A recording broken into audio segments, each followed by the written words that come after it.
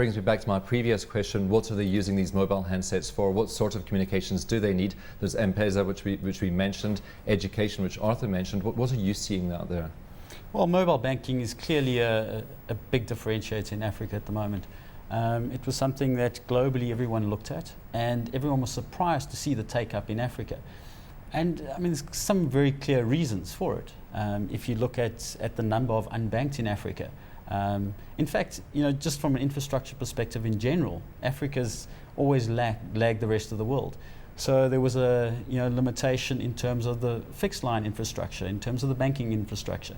Now all of a sudden there were these proliferation of mobile devices, mobile networks, and once the device has gone out there, some of the transactional services that no one expected to have a huge uptake all of a sudden did, and in sometimes some different ways of using them that everyone expected in the emerging markets.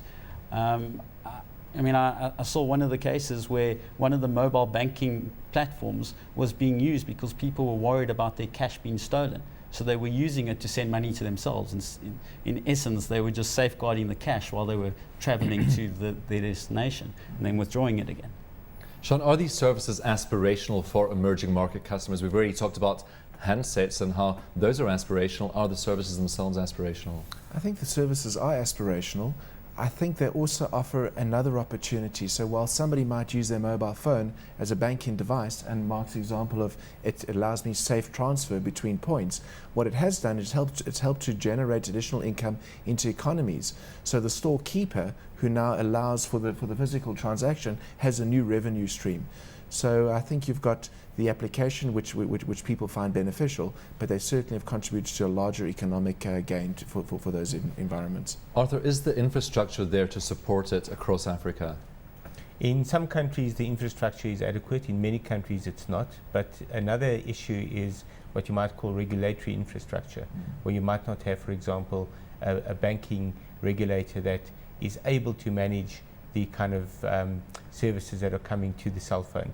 So M-Pesa, for example, is a great example of where you have a fantastic service working beautifully in one country, maybe two countries, but you try to transfer that same model to other countries and it simply doesn't work. And is that going to hinder the growth in your view?